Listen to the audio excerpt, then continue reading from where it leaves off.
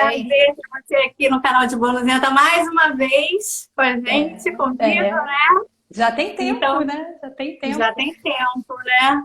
Já tem É. tempo. E hoje a gente vai conversar sobre um assunto muito sério, né, Luciana? Que é a relação tóxica e principalmente nos relacionarmos com pessoas que são psicopatas e a gente nem imagina, né? É Porque existem verdade. diversos graus. Então, eu queria que você começasse se apresentando, né, para minha audiência, falando quem é a Luciana Castro. Pois é, a Gabi já conhece bastante, a gente já se conhece aí, a vida, Gabi é um presente da vida aí para mim, É, e a gente sempre troca muita informação, né, Gabi? A gente está sempre trocando muito, conversando muito sobre vários temas, a gente fala sobre tudo e às vezes rolam uns papos de cabeça bem bacanas. E num desses papos veio, a gente estava conversando sobre psicopatia, né, sobre relações tóxicas, algo desse tipo. E aí veio a ideia da gente fazer esse encontro aqui para falar sobre um tema que é muito importante, que a maioria das pessoas não conhece dessa forma, é, e que a gente precisa falar, porque são realidades que a gente vive muitas vezes em casa, que a gente vive no trabalho, que a gente vive com relações com amigos próximos e que a gente não identifica que está no meio de uma relação com uma pessoa que apresenta algum grau de psicopatia. Então, antes de começar qualquer coisa, eu queria assim, me apresentar no sentido de reforçar que eu não sou psiquiatra, não sou da área de saúde, mas eu sou jornalista, sou escritora e no meu quarto livro eu falei, trouxe um personagem dentro de um suspense inspirado em fatos reais sobre um psicopata que era, num grau muito elevado, um serial killer. E para a montagem desse personagem eu precisei estudar muito. Então, como bases de subsídios, né, do meu estudo, eu tive Vicente Garrido, eu tive uma série de psiquiatras que me ajudaram, tanto aqui quanto literaturas americanas, que são muito ricas nesse assunto, para que eu pudesse estar hoje falando sobre esse tema. Então, antes de tudo, eu quero colocar aqui o meu respeito por todos esses profissionais, né, tanto os psiquiatras como psicólogos, e afirmar que tudo que eu estiver falando aqui está muito pautado numa área de estudo desse tema, né, que é a psicopatia. Entendi. Então você hoje realmente ganhou uma certa autoridade, né, Lu, para estar falando sobre esse tema, porque daqui a pouco a gente até vai falar, gente, porque o último trabalho dela, que é esse livro aqui maravilhoso, Sem Olhos, ela fez realmente esse estudo sobre esse tema, mergulhou fundo, né, e tem essa autoridade hoje para estar aqui com a gente enquanto jornalista, para fazer esse bate-papo aqui profundo conosco. E Lu, para a gente começar, né, a ter essa conversa que eu acho que é muito séria, porque a gente não tem a noção, a gente que acha que psicopata é só em filme de terror e de suspense. Eu queria que você explicasse para a gente o que é um psicopata e quais são as suas principais características dessa pessoa que traz essa psicopatia na sua personalidade. Bom, para começo, assim, respondendo a sua pergunta, o psicopata ele não é um doente mental. Muitas vezes, até como eu pensava antes de começar a estudar sobre o tema para escrever o livro. O psicopata é alguém que tem um transtorno de personalidade e de comportamento, né? Esse é o diagnóstico, né? O diagnóstico médico mesmo não é psicopatia, é um transtorno de personalidade e comportamento. E ele é uma pessoa que é capaz de ter comportamentos normais, sociais, desde a infância até a fase adulta. Ele não segue aquela linha de comportamento normal dentro do padrão social. Então, são pessoas que causam extremo sofrimento para umas, né, para as outras, ou do seu convívio, ou pessoas que ele nem conhece. São pessoas que não têm uma consciência moral em relação àquelas maldades que ele provoca nas pessoas. Ele não se comove de forma alguma com sofrimento alheio, tá? Então ele pode cometer as maiores atrocidades sem ter um pingo de remorso, arrependimento. Eles não têm medo de punição, de serem pegos, de serem presos. eles não têm consciência moral e sentem prazer com o sofrimento alheio. Então, a gente precisa entender que é lógico que dentro desse prazer no sofrimento alheio vai depender muito do grau da psicopatia que esse indivíduo apresenta, né? Que se divide em 3 graus. Então, se ele está num grau muito elevado, o prazer dele vai ser o quê? Vai ser em matar, vai ser no sofrimento da pessoa. Se o grau dele é um grau mais leve, ele vai sentir um prazer imenso em ver a outra pessoa humilhada, em ver a outra pessoa com medo dele, em ver o quanto ele consegue implicar, irritar as pessoas. Então, tudo vai depender do grau da psicopatia. Mas o psicopata é aquele que, em poucas palavras, sente prazer com a dor do outro, com o que faz mal ao outro, seja lá o que for. E dentro dessa linha que você explicou, uma outra pergunta, assim, existe um diagnóstico, algum tipo de avaliação feita por algum médico para detectar se a pessoa é um psicopata? Isso existe? Olha, existem algumas tendências, alguns estudos e comprovações em cima de tomografias, ressonâncias na parte cerebral. Né? Existe uma lesão, eu não sou da área de saúde, eu vou ficar muito na superficialidade disso para não correr o risco de falar besteira. Mas entre o córtex cerebral e as amígdalas. Existe ali uma diferença nesses organismos dos psicopatas para todos os outros organismos considerados não psicopatas, normais, dentro de um comportamento social normal. Tá? Muitos serial killers já foram estudados, né? Porque muitos passam pela morte com injeção letal e seguem para estudo, né? Até para os próprios psiquiatras que estudam esses organismos como um todo. E existe sim uma lesão ali, que pode ser comprovada de que existe uma psicopatia naquele ser humano. Agora, independente desse exame, que é um exame clínico, existe um traço, né? Existem traços que vêm desde a infância até a fase adulta, tá? Então, na criança, a gente observa, todos os psiquiatras que eu conversei e li, toda a literatura fala sobre a mesma coisa, que as crianças, elas apresentam algumas características muito semelhantes, né? Que desses psiquiatras, desses serial killers, todos que foram estudados, na infância deles. Então, maldade com animais, aquela perversidade, né? Aquela coisa que a gente ouvia quando era pequena, de pegar o gatinho, botar num saco e matar o gatinho no poste, bater no poste. Maldade com o animal de forma geral na infância, aquela criança que adora matar o bichinho. Para ela é natural, né? Fazer experimentos de... Tudo que o psicopata faz de maldade, Gabi, é natural para ele. Tá? Ele nunca faz aquilo achando que ele está fazendo algo que é ruim ou que é diferente. Ele faz como algo natural, porque ele tem, desde a infância, um comportamento, sensações e noções que são para ele diferentes do resto do mundo. Então, xixi na cama até muito tarde, que foi uma coisa que na época me assustou muito, assim, né? Porque é uma coisa que a gente ouve que é tão comum. Então, aquela criança que faz xixi até 7, 8 anos na cama, que é considerado um traço que tem que ser observado.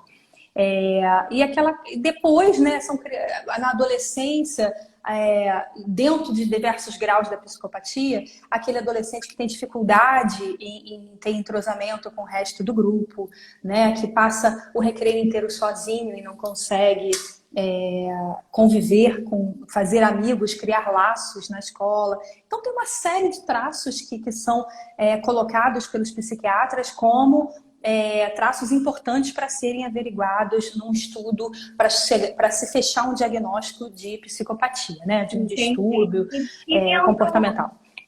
Entendi. E dentro assim do quadro da psicopatia, só para a gente entender que também melhor, todo psicopata nem sempre vai matar, mas todo serial killer é um psicopata, né? Ou seja, a minha pergunta nem sempre o psicopata se torna, né? Não tem que chegar um serial killer.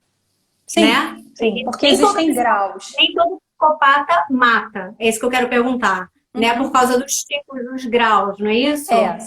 Na verdade, existem vários graus, né, de psicopatia. O serial killer, né, dos filmes, são as mentes com os graus mais elevados da psicopatia, né, que tem uma psicopatia muito severa. E o impressionante é que desde sempre eles despertam e cativam uma curiosidade na humanidade, assim, né? Para você ter uma ideia, o maníaco do parque, que é uma pessoa que a gente lembra aí, né, de muito tempo, por muitos anos ele foi campeão em receber cartas de amor. Então, É mesmo? é mesmo. Então, assim, tanto que qualquer filme de serial killer chama muita atenção, desperta a curiosidade mesmo. E eu não saberia nem explicar o porquê disso, né? Mas voltando lá. Então, os psicopatas, os psicopatas assassinos, eles têm uma frieza, uma crueldade muito acima da maioria dos psicopatas comuns. Então, se divide em 3 graus, né? Que seria o leve, o moderado e o elevado. Do moderado ao elevado, ele já pode matar. Então, o leve, ele não tem a tendência de chegar tão longe no nível de crueldade dele. Do moderado ao severo, né, ao grave, ao alto, eles matam, né? Eles podem matar. E eles estão por toda parte, né? O problema é que, assim, no Brasil, a gente, como não tem ainda, e eu até me surpreendi, porque na época que eu escrevi o livro, isso tem coisa de 4 anos, 3, 4 anos, ainda eu não consegui achar no Brasil, na época que eu estava estudando, um grupo que estudasse, que fosse um grupo forense, por exemplo, ou um departamento de psiquiatria muito formado que pudesse estar me dando essas bases de estudo. E estudando esses dias a morte da juíza, né, que morreu a facadas aqui na Barra da Tijuca, no Rio de Janeiro, eu tive acesso aos laudos, eu fui pesquisar e eu descobri que existe um departamento já para isso. Então, por que eu estou falando isso? Porque no Brasil a gente acaba tendo uma dificuldade muito grande em cruzar os estudos entre um crime e outro. E para se identificar, por exemplo, que um assassino é um serial killer, ele precisa ter ele precisa ter 2 ou mais crimes com a mesma assinatura. O que significa isso? Eu deixar a minha assinatura naquela morte, em várias vítimas. Então, é a maneira que eu mato, o instrumento que eu uso para matar, o ritual de como eu vou matar, o que eu faço antes com a vítima, ou o que eu faço durante, ou o que eu faço depois. Então, o serial killer, ele mantém uma linha, um ritual de assassinato, dessa crueldade dele. Ele sente prazer e ele vai se descobrindo e aquilo para ele precisa matar. Então, para se identificar que é um serial killer, ele precisa ter 2 ou mais mortes com a assinatura dele. Como aqui no Brasil a gente tem muito pouco ou não tem departamentos muito específicos, como a gente tem nos Estados Unidos, um departamento próprio só para serial killer, que investigue, que cruze, a gente acaba tendo um assassinato ou outro, 2, às vezes pelo mesmo serial killer, pelo mesmo psicopata, só que a gente não cruza, né? Não faz o cruzamento desses crimes. Então a gente acaba achando, tendo uma tendência de achar que no Brasil tem menos serial killer do que nos Estados Unidos. Mas não. Eu achei muito interessante que está no seu livro, que você relata que dentro dos Estados Unidos, né, no mundo inteiro, 80 e poucos % dos casos estão lá nos Estados Unidos. Talvez porque existam o FBI, né, para descobrir. Porque eles conseguem comprovar que vários crimes foram praticados por um único assassino. Aqui a gente tem crimes isolados, né? O maníaco do parque, por exemplo, foi muito difícil para eles identificarem que todos eram. Ele matava no mesmo lugar, ele matava no parque, então ficou mais fácil, né, para os departamentos de polícia investigarem e chegarem ao assassino. Mas nem sempre é assim, então é difícil. Então a gente acaba tendo crimes isolados, sem a identificação de um único criminoso. Então, Entendi. assim, dentro desses diferentes graus, a gente consegue identificar, né, os psicopatas. Que a gente tem, para você ter uma ideia, eles chegam a 10% da população. 10% numa população psicopata é muita coisa. Muita gente. É muita gente. E a gente fala, todo mundo mata? 10% então da população mata? Não. 10% da população apresenta psicopatia, mas pode ser em vários graus. E aí, se a gente, ao longo do nosso encontro, a gente vai falar sobre várias características, a gente vai ver que, assim, nossa, quantos, no final você se pergunta, quantos psicopatas em grau leve eu conheço? A gente não conhece, é verdade, A Lu. gente vai Mas antes identificar da ao gente longo do encontro. antes da gente entrar e falar realmente sobre isso, eu queria te perguntar, como é que foi o seu processo criativo para escrever Os Seus Olhos, Sem Olhos? Porque realmente é um assunto que não está, entre aspas, no nosso cotidiano. A gente acha que não está, né? Porque a gente É. acha que só está em filmes de suspense e terror. Mas como foi realmente esse processo criativo para nascer a Bela, né, que é a investigadora da É. FBI? Enfim, como é que se deu tudo isso? Olha, para começar, assim, eu cheguei nesse tema, eu tenho muitos temas na minha cabeça para escrever, assim, e aí eu não consigo dar conta do que brota na minha cabeça para escrever.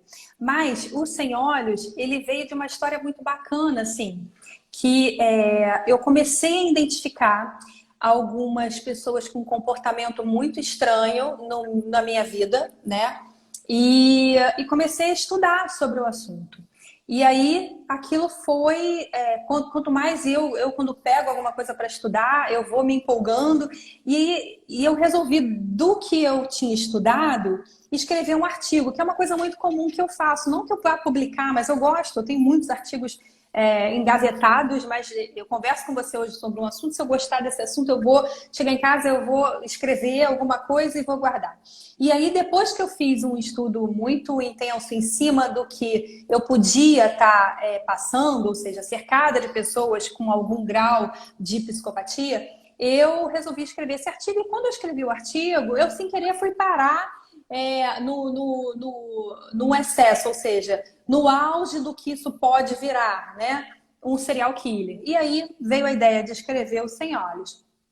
E aí fui buscar alguma coisa que eu não queria, porque escrever sobre psicopatia, primeiro eu não sou psiquiatra, então era muito difícil para mim escrever um livro sobre um psicopata, montar um psicopata em cima de algo muito vazio, do nada.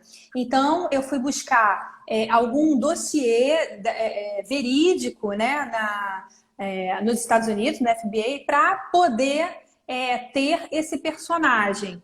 Para Eu partir vi que é um daí, caso então, verídico, né? para Você a senhora partir é daí verídico. eu poder escrever. Então, eu precisei, antes de tudo, entender o que era um psicopata, entender os diferentes graus da psicopatia, para entender o que poderia passar na mente desse serial killer, como ele pensaria, como ele agiria, né, no decorrer do livro, no decorrer dos diálogos, porque o serial killer ele tem peculiaridades muito específicas, assim, e eu queria ser muito fiel a isso, né?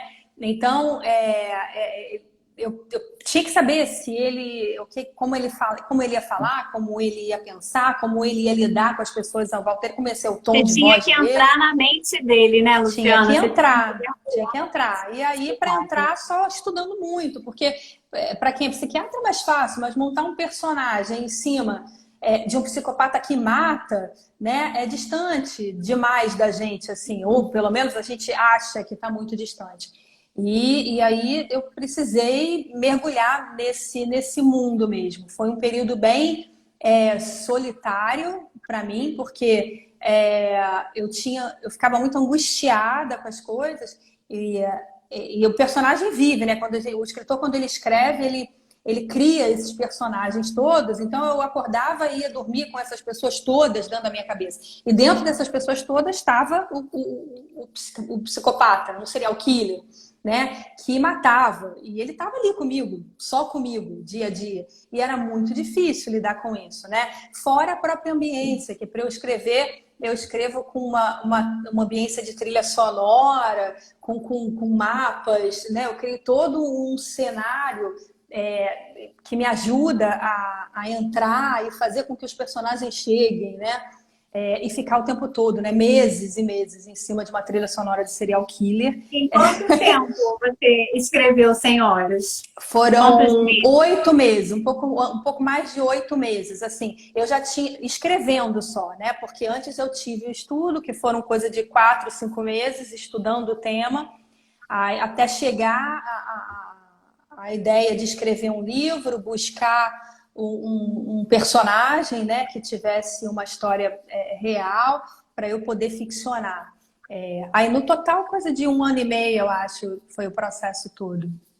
Entendi. Aí mandou para editora, né? Eles aprovaram e nasceu, né? Mais É, essa obra, que é a quarta obra, né, Lu? essa foi a quarta. Sem Olhos A foi o quarta. quarto livro. Completamente de Pois tudo que é. eu já tinha feito, assim. E aí eu fiquei, e foi tão diferente que eu fiquei um bom tempo sem querer escrever nada. Eu perdi Ah, é? completamente, eu perdi completamente a vontade de escrever, porque eu fiquei um bom tempo, tudo que eu pegava para escrever tinha algum peso de suspense, de terror, né? E aí eu falei, não, eu não quero escrever outro Que desse, eu quero. mexe muito, né? Para vocês que escrevem, assim, histórias, assim, acho que mexe.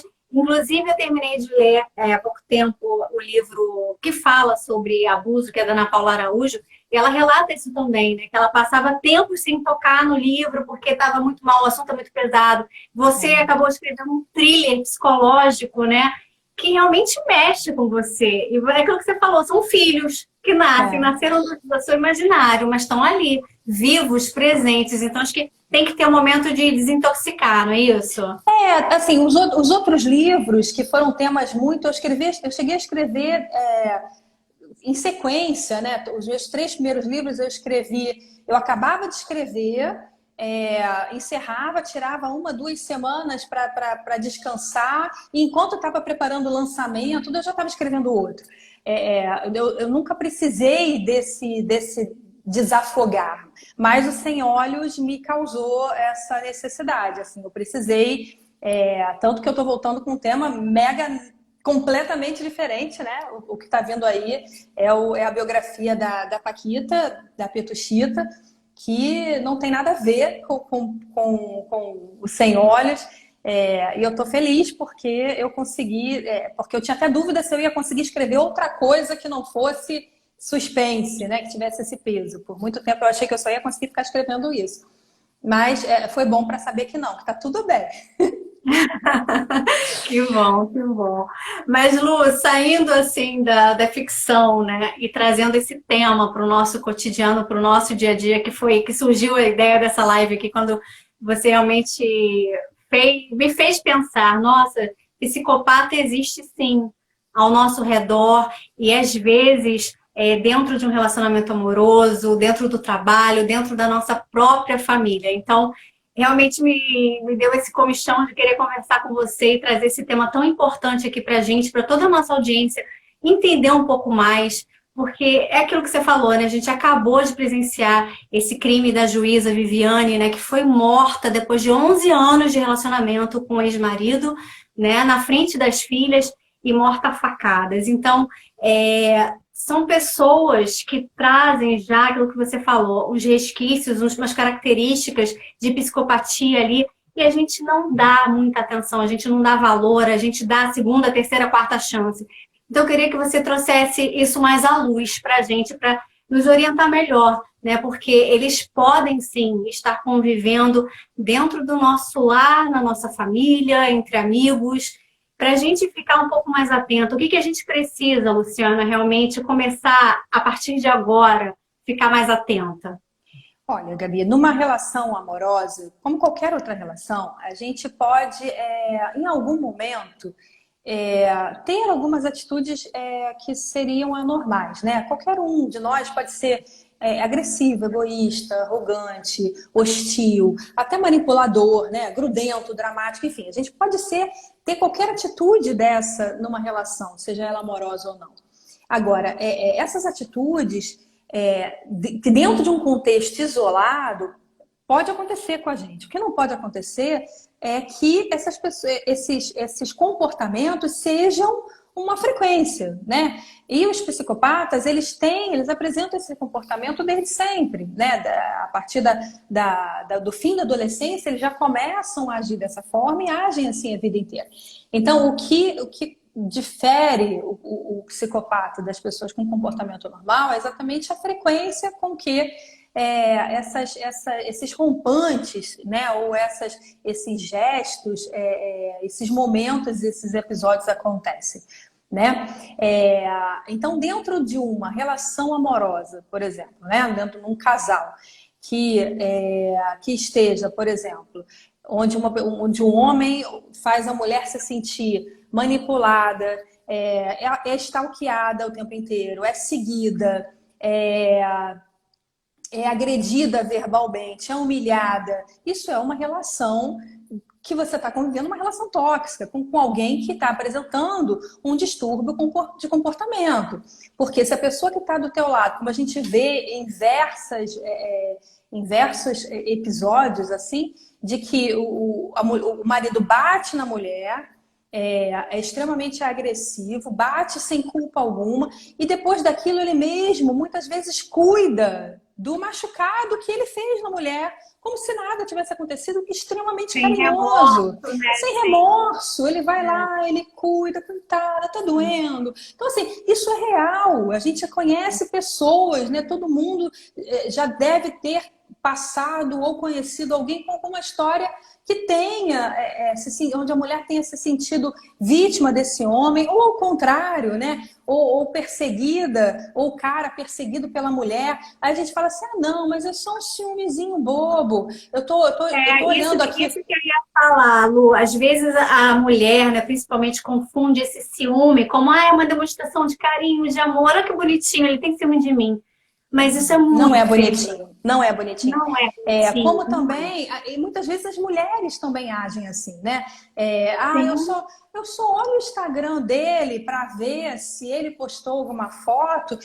Coisa de 3, 4 vezes por dia. Gente, para. Se olhar uma vez por dia já tem alguma coisa errada. Você não tem que estar buscando essas coisas, né? Você não tem que estar controlando, manipulando rotinas, horários, stalkeando. Isso acontece entre relações amorosas. Isso Ó, uma acontece. seguidora aqui, ó, a Adri já tá falando, conheço uma pessoa assim e diz que não lembra do que fez, tá vendo? Pois é, a pessoa que tá aqui com a gente vai começar a cair fichas assim, ó. Vai Conheço, começar a identificar, vai começar. Porque tem muitas coisas assim que a gente acha que são normais e não são. Então, aquele casal que você vê assim, começaram a namorar. E a gente está falando de casal, mas relação amorosa pode ser mães, pais e filhos, né? Pode ser marido, mulher, namorado, amigos, enfim. E aí você começa a querer, a buscar o que a outra pessoa, aquele ser amado nosso, né? O ser apaixonado. Ele gosta de alguma coisa, gosta de basquete. Então, ele descobriu que ele gosta de basquete. Então, agora eu vou entender tudo de basquete para ter o que conversar, para ele se apaixonar por mim. E aí começa a manipular essa. Então, assim, uma relação ela tem que ser natural. Se você provoca, se você cria mecanismos que fogem do comum, se você teria vergonha de dizer, contar para as pessoas que faz isso, é porque tem alguma coisa errada, né? Você posta uma foto na mesma hora, a pessoa tá ali, é sempre a primeira pessoa que curte. Tem alguma coisa errada, não é bonitinho, né? Tem alguma coisa que tem que ser vista. Que não estou dizendo que essa pessoa vai matar, que é um serial killer com grau elevado, mas pode ser, sim, um distúrbio de comportamento, né? Que está fugindo do padrão normal. Que o padrão normal é você se sentir seguro dentro de uma relação, é você procurar respeitar o outro. E se isso foge desse padrão normal, você está fugindo do padrão normal e está se colocando dentro desse grupo, né? Que apresenta algum distúrbio. Então, dentro de qualquer relação, se existe medo, aquela pessoa que quer ser respeitada ao extremo, não, ela quer ser temida, porque respeito a gente não impõe, né? Respeito a gente conquista. Então, aquele cara que dentro de uma relação provoca medo, quando o cara chega em casa, a família toda treme, meu Deus, ele chegou. Tem alguma coisa errada, por que a gente teme essa pessoa? Aquele chefe, né, falando de trabalho, eu ia até deixar esse tema, mas vou emendar e vou colocar tudo numa bolha só. Mas aquele chefe que sente prazer em ser temido, aquele chefe que diz, pô, uma coisa simples que eu já vi, não foi uma vez não, tá, Gabi? Eu vi várias vezes, em diversas empresas que eu passei. Aquele chefe que fala para a secretária, por puro prazer, olha, você fica depois do horário, porque eu vou ficar aqui depois do horário, eu posso precisar de você. Ele sabe que ele não vai precisar da secretária, ele sabe que não vai ter nada, não é reunião importante, não é nada, ele vai ficar parado ali, mas ele quer ter o prazer de ter a secretária dele sentada lá na porta, para ele saber que ela está lá depois do horário, para manipular, para mostrar a ela que manda, para fazer com que ela saiba que é ela, é ele, que está no poder. Então, se eu preciso provar que eu estou no poder, se eu sinto prazer nas pessoas tremerem com a minha presença, tem alguma coisa errada. Então, a maioria, eu já fui pesquisar isso, inclusive, na época e recentemente de novo, para estar aqui hoje com você, a maioria dos processos judiciais de abuso de autoridade, né, dentro do trabalho, os processos trabalhistas, né, eles são todos em cima de comportamentos psicopatas, em cima de chefes que sentem, chefes e colegas de trabalho, porque nem sempre o psicopata ele está acima de você. Ele às vezes ele está em posição igual, né, ou inferior a você. Mas ele sente prazer em irritar, ele sente prazer em ver o desequilíbrio das equipes, ele sente prazer em ver os outros temendo pela presença dele, ele sente prazer em ver que aquele trabalho está sob a responsabilidade dele, que as pessoas vão ficar temerosas. E uma coisa, Lu, o psicopata às vezes nem sempre é uma pessoa autoritária, às vezes ela é uma pessoa muito educada, solícita, sorridente, não é verdade? Você pode encontrar esse perfil também. Sim, são vários perfis, né? Na psicopatia leve, tem de todos os perfis. Eles podem ser antissociais, desde antissociais até extremamente cativantes, amorosos. Uma peculiaridade é que nos graus mais elevados, esse psicopata, ele é, na maioria das vezes, um doce, que é o mais assustador. Porque ele não dentro de toda a literatura sobre psicopatia, os serial killers, eles apresentam uma vida em sociedade muito amorosa, são cativantes. Então, são aquelas pessoas que a gente se apaixona, né? Eu já passei por isso no local de trabalho, onde tinha um casal, né, que trabalhava junto na mesma empresa, onde eu estava na época, e ele era um doce com todo mundo, um doce, sempre ajudando, sempre ali solícito. E depois, mais tarde, eu não estava mais na empresa, eu vinha saber que ela apanhava desse marido e era um caso seríssimo e graus, assim, de psicopatia. Então, é uma coisa da gente ficar realmente assustada, né? Porque na sociedade a pessoa se porta de um jeito e na realidade é completamente outra coisa, né? É verdade. Você vê, até dentro dessa relação, assim, a gente teve, só nesse Natal, parece que foram 6 feminicídios, né? Eu só pesquisei o da Viviane do Amaral, a juíza, que foi morta a facadas pelo ex-marido na frente das 3 filhas. Aí a gente pensa assim, dentro lá, 16 facadas. Não foi um ato impulsivo. 16 é muita coisa. Você pensa um ato impossível, uma facada. Para parar. Gente. Não, e assim, e você até pensa assim, Gabi, uma facada. Vamos imaginar. Pode ter sido um ato impulsivo? Pode. Agora 16, vamos lá. 1, 2, 3, 4, 5, 6, 7. É muita coisa. Daniela Pérez foi com 19 pela Paula Tomás. Então, assim, 16 facadas em alguém não é um ato impossível, não é um episódio de impulsividade. Tem alguma coisa muito errada com esse ser, né? E outra coisa, eu analisei o laudo dos especialistas, né, que estão investigando aí o crime das Vias, e a delegada, foi até quando eu descobri que existia esse estudo com a UFRJ, né, com o departamento forense de lá, que é muito comum, a delegada diz que o ato de ferir o rosto das mulheres é muito comum nos assassinatos, né, nos feminicídios, porque são gestos simbólicos do crime.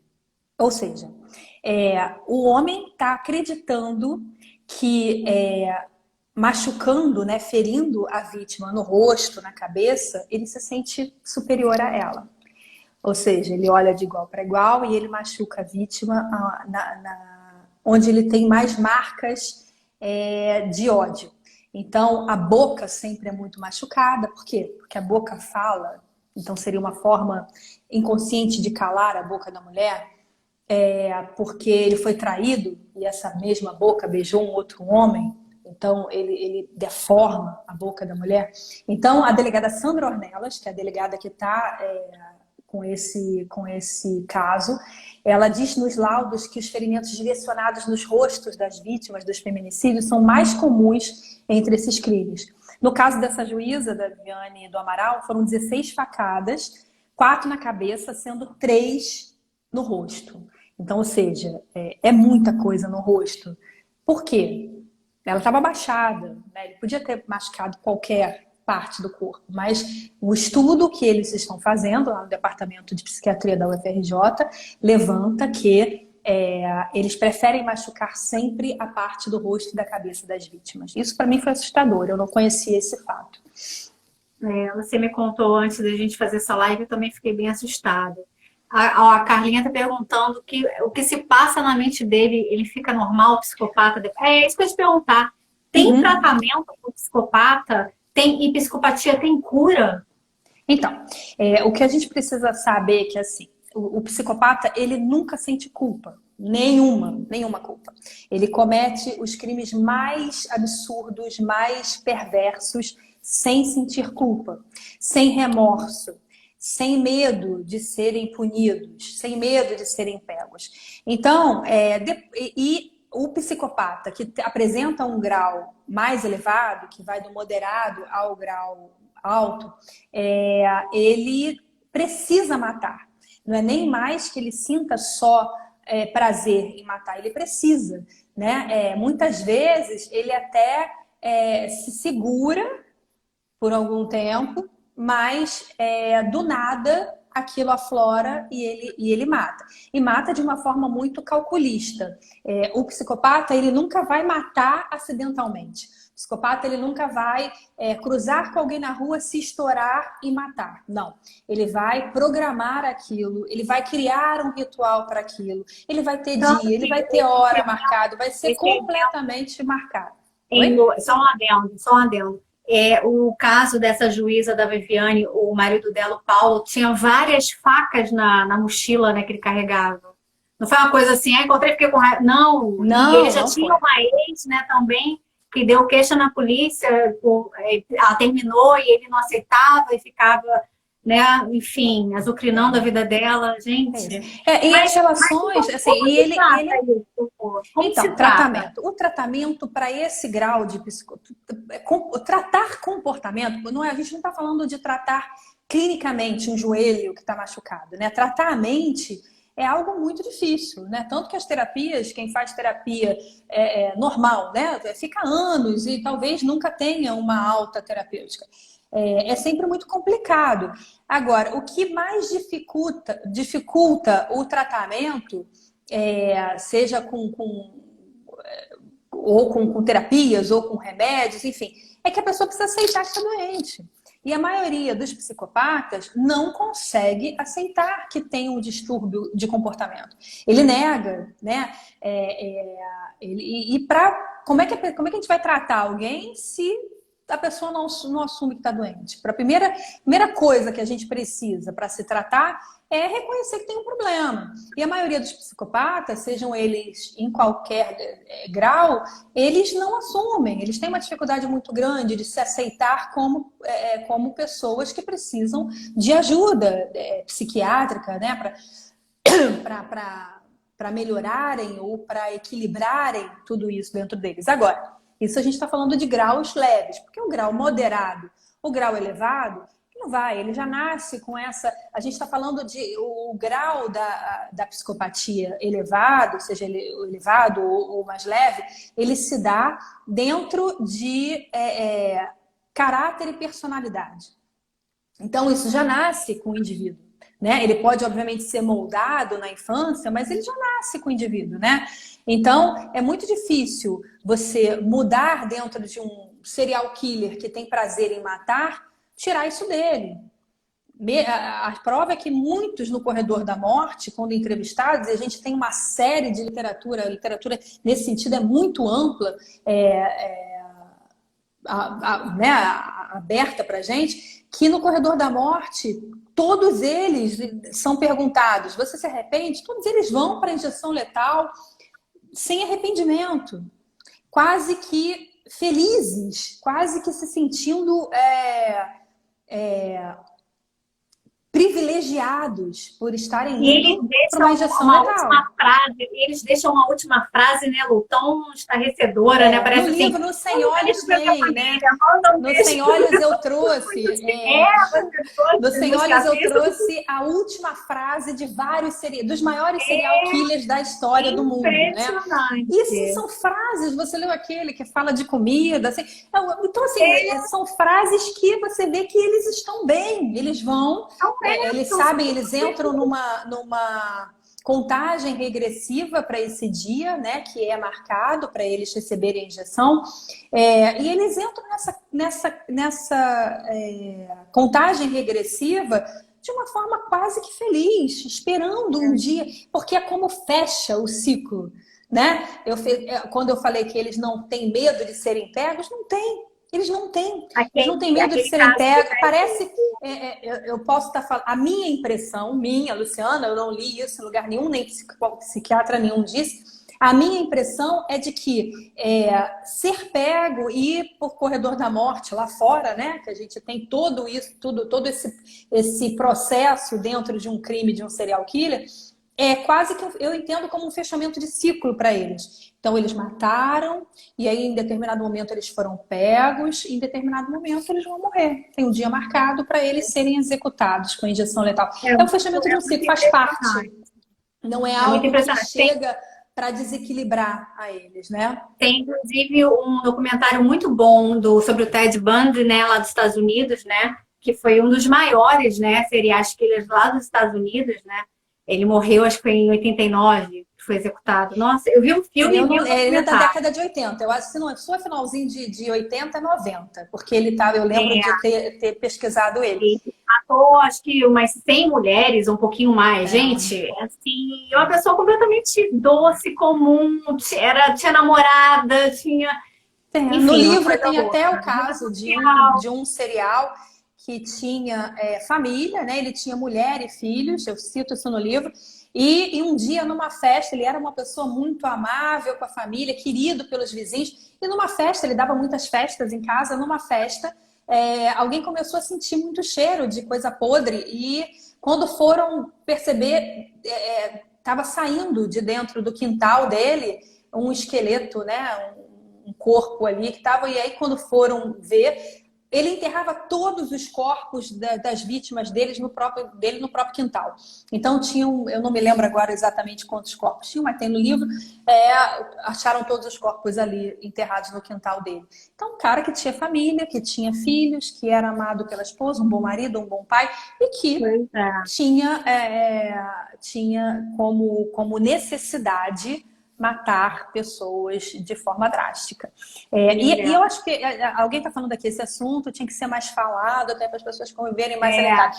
Uma coisa muito, muito importante é a questão da pandemia, Gabi, porque com a pandemia aumentou muito o número de agressões domiciliares, né?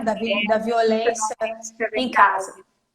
Porque até então as pessoas podiam sair, passar o dia fora, o marido saía, a mulher saía, enfim, a gente começava uma briga, a mulher pegava as crianças e ia para a rua, enfim. Hoje não pode mais fazer isso, né? Então a gente passou aí praticamente um ano vivendo dentro dessa realidade aí de pessoas trancadas dentro de casa. E essas pessoas trancadas dentro de casa não são só marido, mulher e crianças. Tem a vozinha, que é, né, uma velhinha que precisa dos cuidados, que eu tenho que passar o dia inteiro com ela, então eu machuco ela, porque ela me enche o saco e eu não aguento mais ela.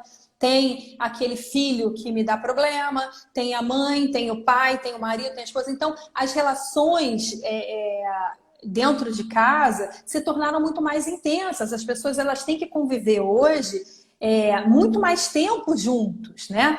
Então, isso faz com que, e fora todo o resultado, todo o reflexo psíquico que causa nas pessoas uma pandemia, que causa nas pessoas não poder mais sair para extravasar, para passear, não poder mais ir para o ambiente de trabalho, ter que trabalhar em casa, conciliar, cuidar de filho, cuidar, enfim.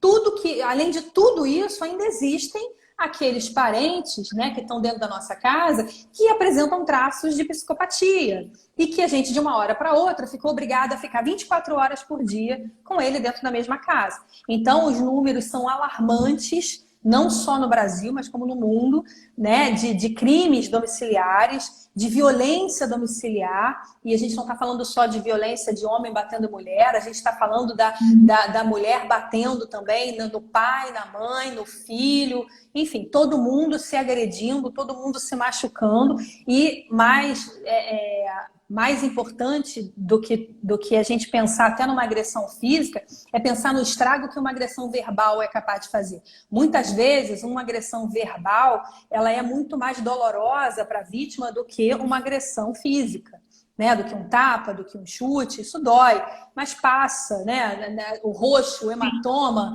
ele vai diluir. O que fica na gente como marca, não sai. Então, isso tudo está acontecendo no mundo. A gente vê, fora, bebida alcoólica, o número de pessoas que vem bebendo muito mais agora com a pandemia, porque ficam em casa o tempo inteiro. Então, juntando tudo isso, a gente tem um resultado muito ruim, que é de um desequilíbrio muito maior do que normalmente a gente vivia nos lares do mundo, não só do Brasil. E Lu, eu queria que você desse assim alguns sinais muito claros para que a gente fique mais atenta nas nossas relações, principalmente as mulheres hoje, né, que de repente estejam começando um novo namoro, ou então estejam realmente se separando de uma pessoa que tem esse status assim. O que ela precisa se resguardar, entender e captar esses sinais? Porque é importante, né? Porque o número de feminicídios só tende a crescer, infelizmente, aqui no Brasil, eu acho que no mundo, né? Ainda é um assunto que a gente precisa abordar com mais afinco, debater mais, falar sobre, porque a gente tem, infelizmente, aqui no Brasil, a cultura de que ainda é normal apanhar de homem, que ainda é normal se subjugar, estar em relações tóxicas, que é assim mesmo, que o homem faz isso, ou que a mãe faz aquilo, enfim, quem quer que seja. E isso não é normal, gente, não é normal. Então, deixa aqui alguns sintomas, alguns sinais claros para a gente ficar atenta. Eu vou dividir em grupos, tá? O que mais chama atenção numa relação amorosa, né? O controle sobre o outro, o querer demonstrar poder, controle de horários, controle de rotina. Aqui, então, é aquela relação onde você se sente vigiada o tempo todo, onde você vê que a sua bolsa foi mexida, onde você vê que existe controle daquilo que eu faço, com quem eu falo, de querer ver o meu telefone celular o tempo inteiro, para saber com quem eu estou conversando, quem são os meus amigos no Instagram, no Facebook, buscar saber quem, né? Você sabe que aquela pessoa está fazendo isso, está buscando saber quem são os meus amigos, com quem eu falo, sobre o que eu falo, querer te vigiar de alguma forma, né? Ou te seguir, ou colocar câmeras. Tem pessoas que colocam câmeras até dentro do carro da pessoa, da mulher. Eu soube de uma história muito recente, assim. E querer em outros graus, né? Querer mostrar que manda dentro de casa ou na própria relação, escolher sempre o que programas vocês vão fazer, o que vocês vão ver na televisão. Ou seja, onde não há flexibilidade de negociação entre as partes, onde existe alguém que sempre quer mostrar que manda mais. E quando você percebe que existe prazer em ver o outro acuado na relação. Então, a relação ela não tem que ser um superior ao outro. A relação ela tem que ser de igual para igual, em via de mão dupla. Quando um quer sempre impor mais respeito, mais medo ao outro, mais poder ao outro, tem alguma coisa errada. E aí, em outros graus, né, a gente vai ver o ciúme doentio, né, que é o ciúme que vai pela roupa que você está usando, que aí implica com a roupa que você está colocando, que você pinta um cabelo. Tem mulheres que não podem pintar o cabelo, que o homem enlouquece, né? Usar maquiagem, cor de esmalte. Então, são indícios que você vê que são que tem alguma coisa errada.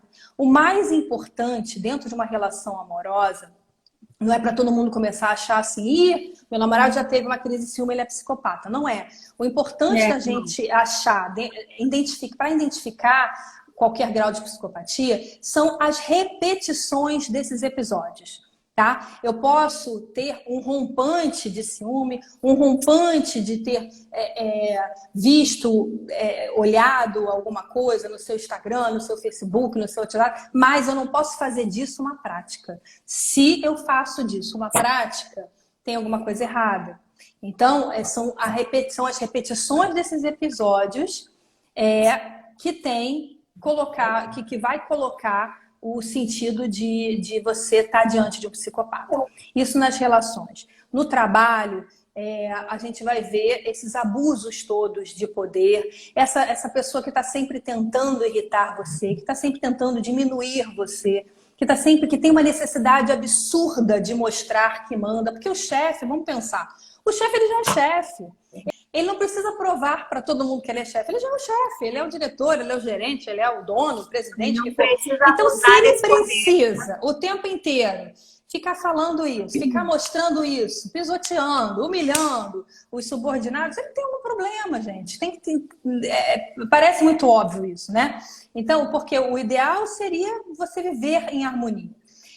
Isso no trabalho. Nas relações, aquela pessoa que não te esquece, que está sempre procurando você, no sentido de buscar o que você está fazendo, a pessoa que você nem tem mais convívio, um ex-namorado, um ex-amigo, um ex alguma coisa, que não esquece você, que está sempre buscando o que você está fazendo, o que você está postando, procurando o seu nome em algum lugar, não é normal. Não é normal. Qualquer excesso nas relações já demonstra um grau de distúrbio, de transtorno de comportamento.